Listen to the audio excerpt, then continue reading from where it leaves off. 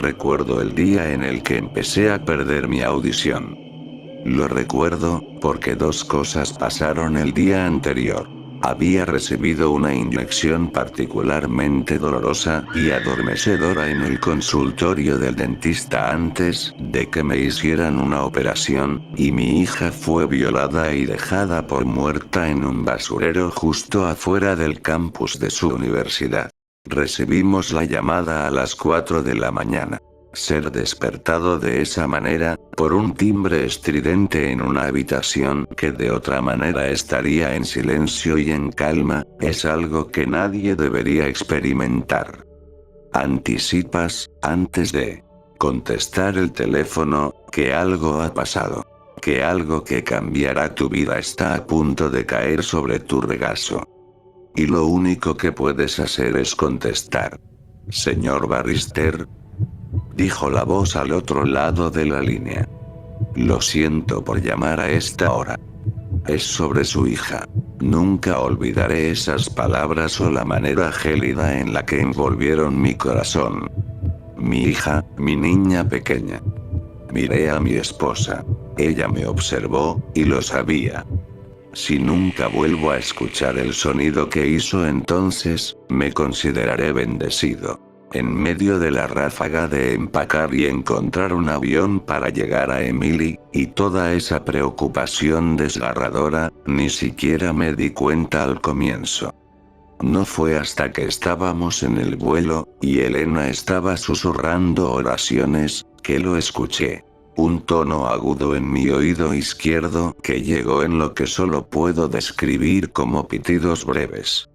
Me recordó a los exámenes auditivos. Metí mi dedo en mi oído y lo moví alrededor, tratando de aminorar el sonido, pero permaneció, constante e irritante y pitando. Sin embargo, lo delegué al reverso de mi mente tan pronto como aterrizamos, y nos apresuramos del aeropuerto al hospital, en donde Emily yacía inconsciente con una serie de máquinas manteniéndose vigilantes al lado de su cama. Las había visto incontables veces antes, ya sabía lo que cada una de ellas hacía y por qué estaban conectadas a mi hija. Pero, en ese instante, eran monstruosidades extrañas y mecánicas que la hacían ver pequeña y frágil. En tanto esperamos ahí, sentados, acariciando su cabello y diciéndole cuánto la amábamos, recordé en retrospectiva a la única otra vez que Emily había estado en un hospital. Tenía 6 años, quizás 7, y era su hora de dormir. Quería quedarse despierta por más tiempo como su hermano mayor, pero le dije que dejara de saltar sobre su cama y que se alistara para dormir. Le di mi espalda por solo un minuto, ni siquiera recuerdo por qué, y ella se deslizó. Manaba sangre desde un corte desagradable por encima de su ojo, en donde se había golpeado con la cabecera, y estaba gritando. Después de que la habíamos calmado y de que pudimos darle un vistazo a la herida, concordamos en que necesitaría suturas. Mientras Elena se vestía, llamé al hospital en el cual trabajaba como anestesiólogo y me puse en contacto con uno de mis amigos doctores para hacerles saber que íbamos a llegar. Elena se quedó en casa con nuestro hijo, y yo llevé a Emily. ¿Dolerá?, me preguntó Emily desde el asiento trasero. Estaba mirándome fijamente por el espejo retrovisor, con un ojo cubierto por la tela que estaba presionando contra su frente. No, me aseguraré de que no. ¿Cómo? Mi pequeña, siempre la escéptica. ¿Recuerdas cómo hablamos de que papi hace que las personas se duerman en su trabajo? Se había convertido en una broma en nuestra casa. Más te vale portarte bien, o papi te pondrá a dormir por siempre. ¿Sí? A veces, solo hago que una parte de la persona se quede dormida. De esa manera, los doctores amables los pueden curar, y ni siquiera lo sienten. ¿Me harás eso a mí? Sí. ¿Y te quedarás conmigo todo el tiempo? Por supuesto. Apenas se quejó del dolor cuando inyecté la anestesia local, y luego se quedó dormida durante las suturas. Emily era una chica fuerte. Era una mujer aún más fuerte. Le tomó 3 días despertar. Durante ese tiempo, la audición en mi oído izquierdo había empezado a disminuir, hasta que lo único que escuchaba con claridad absoluta era ese pitido agudo que había notado por primera vez en el avión. Bip. Bip. Bip. Pero no me podía preocupar por ello, no cuando mi familia me necesitaba tan desesperadamente, y no se lo mencioné a nadie. La recuperación de Emily fue un proceso lento. Aseguró que no recordaba quién la había atacado y dijo que no podía ofrecer ninguna descripción o declaración a la policía. Se mantenía reservada con respecto a lo que había pasado, incluso con su madre, con quien compartía todo. Mi despreocupada y siempre sonriente hija ahora era acechada, y cada vez que me veía, había un dolor muy profundo tallado en sus ojos. Nunca me había sentido así de inútil o vacío. Después de que fue dada de alta del hospital, se retiró silenciosamente de la universidad y se mudó de vuelta con nosotros, en donde pasaba la mayoría de sus días encerrada en su habitación. Mientras tanto, la sordera y el pitido en mi oído continuaron. Bip. Bip. Bip. Aún así, pospuse el ir a revisarme. Asumí que fue algún tipo de anomalía con la inyección del dentista, y no había mucho que se pudiera hacer sobre eso de todas formas. Sería casi imposible de probar. Mi atención estaba enfocada casi enteramente en Emily, y en ayudarla de cualquier forma que pudiera. Al diablo con mis problemas. La colocamos en terapia, investigamos técnicas curativas, nos entregamos en su totalidad a su salud física y mental, en toda manera en la que ella nos lo permitiera. Tomó meses, pero comenzó a sonreír de nuevo. Los terrores nocturnos empezaron a desvanecerse, y, pieza por pieza, nuestra Emily volvió a nosotros. Acabábamos de discutir si se sentía lo suficientemente cómoda como para volver a la universidad cuando la situación empezó a desmoronarse. Emily había llegado al hospital en donde yo trabajaba para almorzar conmigo. Estábamos sentados en la cafetería. Nuestras bandejas de comida permanecían intactas mientras hablábamos de las clases que quizá le gustaría llevar. Emily se encontraba a la mitad de contarme sobre una clase de genealogía en la que estaba interesada, cuando se congeló, sin terminar su oración, y el color se drenó de su rostro. Cariño, ¿estás bien? Seguí su mirada fija hasta la línea de la caja, en donde un trío de personas estaban esperando a pagar por su comida, y luego la observé a ella de nuevo. Debo irme, me dijo, de pronto. ¿Qué sucede? Te quiero, papá.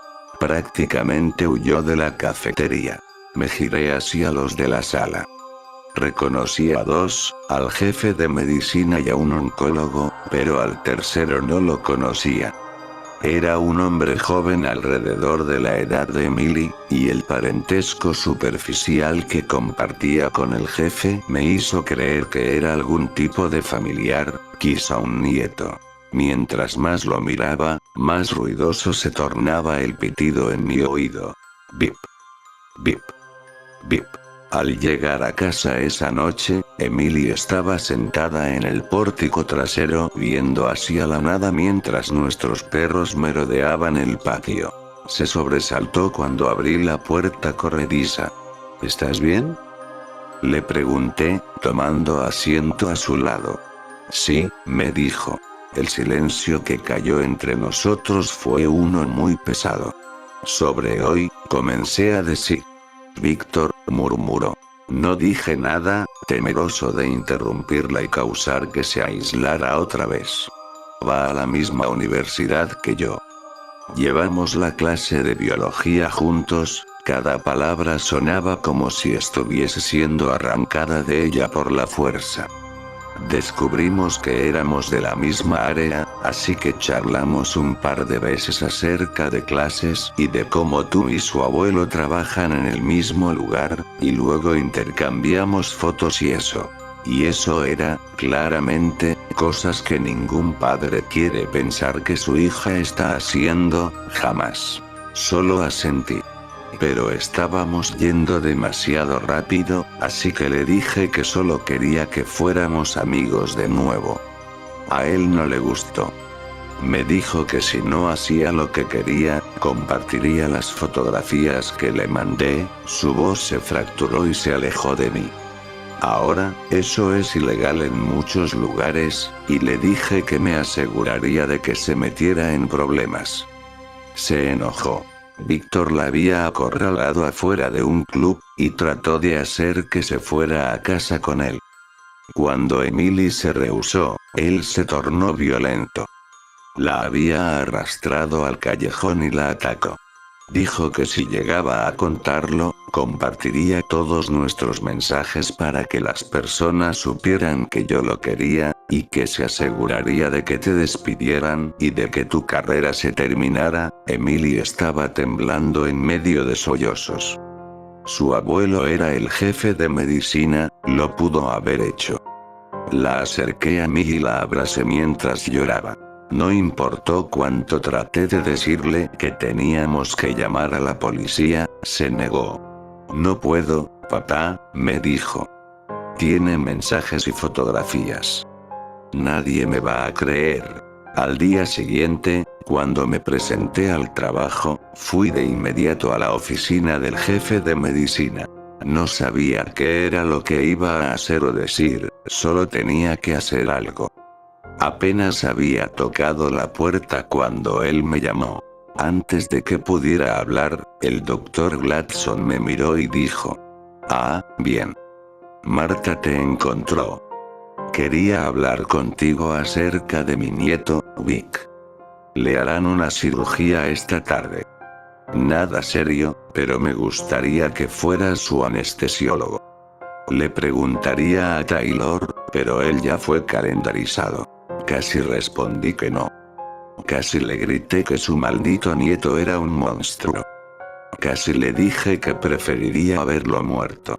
En su lugar, tomé un respiro hondo, y dije: «Por supuesto. Bien». Es a las 2:30 de la tarde con el Dr. Lim. A medida que me di la vuelta para irme, el pitido en mi oído izquierdo pareció ser tan fuerte, que casi era palpitante. Bip. Bip. Bip. A las 2:30, como prometí, estaba sentado en la cabeza de la mesa de cirugía detrás del monitor de gas anestésico. Víctor, un joven bien parecido con una actitud arrogante, estaba recostado delante de mí. «Hola, Víctor», le dije. «Hey». No se veía para nada nervioso, lo cual me decía que no sabía quién era yo. No me sorprendió. Pocas personas se molestan en aprender el nombre del anestesiólogo. ¿Esta es tu primer cirugía? No. ¿Y sabes cómo funciona la anestesia? Cuenta hacia atrás desde 10, ajá. Sí. Le saqué plática mientras me instalaba, preguntándole en dónde iba a la universidad y qué carrera estaba cursando. Una vez que llegó el momento de colocarle la máscara y de contar, le hice una pregunta más. 10. Creo que conoces a mi hija. ¿Sí? 8. Sí. Emily. 7. Ah, sí. Eso creo. 6. ¿Alguna vez te dijo cómo me gano la vida? 5. Quizá. Comenzaba a adormilarse. 4. Pongo a las personas a dormir para ganarme la vida, Vic. Le estaba susurrando. 3.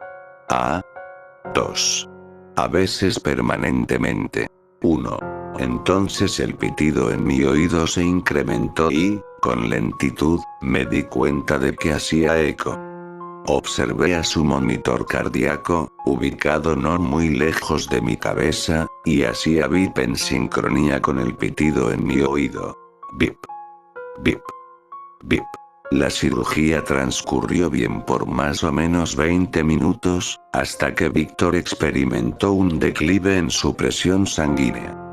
El choque en su sistema desencadenó convulsiones violentas, y el cirujano ladraba órdenes, demandando esto y aquello para estabilizar al chico.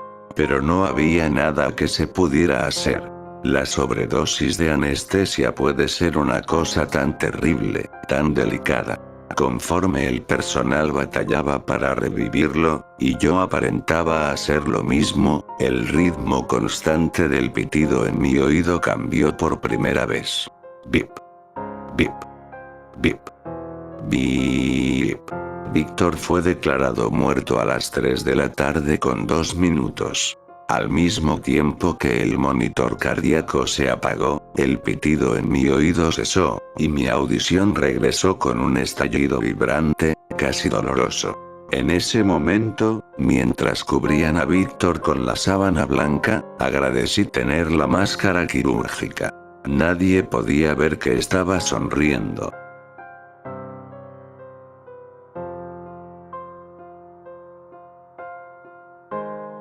Recuerda suscribirte a MaxiCrip.